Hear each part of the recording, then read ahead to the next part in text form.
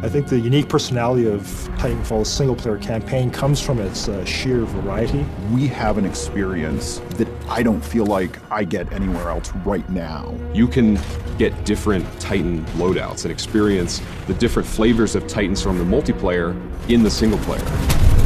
Big set-piece moments. We have like epic combat spaces, but then we also have low-key moments where you're just progressing through the environment and exploring. You're using your pilot mobility. We've actually brought puzzle mechanics into the fray. Some of them are light puzzles that actually require you to stop and think about the environment and look around. We've got encounters with really strong enemy characters. They're like boss battles. And these bosses all have some very eclectic, interesting personalities. Woo!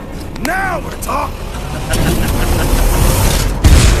The first step in the process for Titanfall 2 that I really remember was the action block phase. Each week, the entire design team would go off and they would have an opportunity to be creative independently. It freed up the team to just concentrate on what were the basic building blocks of single-player gameplay. The ideas would get pulled together into a place where they could start to form the nexus for a level. One of the action blocks that made it into the game was the experiment where we worked with cranes, these wall-running panels that were suspended from cables, and you could move them into position and use those to make your way through the level.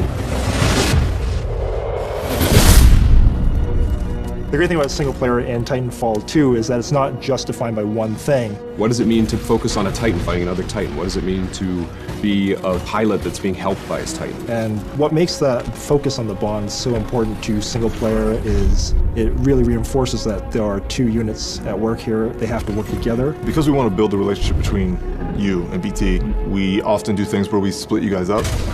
You get out of BT, you look at the environment, the objective might be that way, but then you'll see something that looks interesting over there. You go over there and try it out and see what you can find. But then there's this added layer of you're stronger together. Trust me.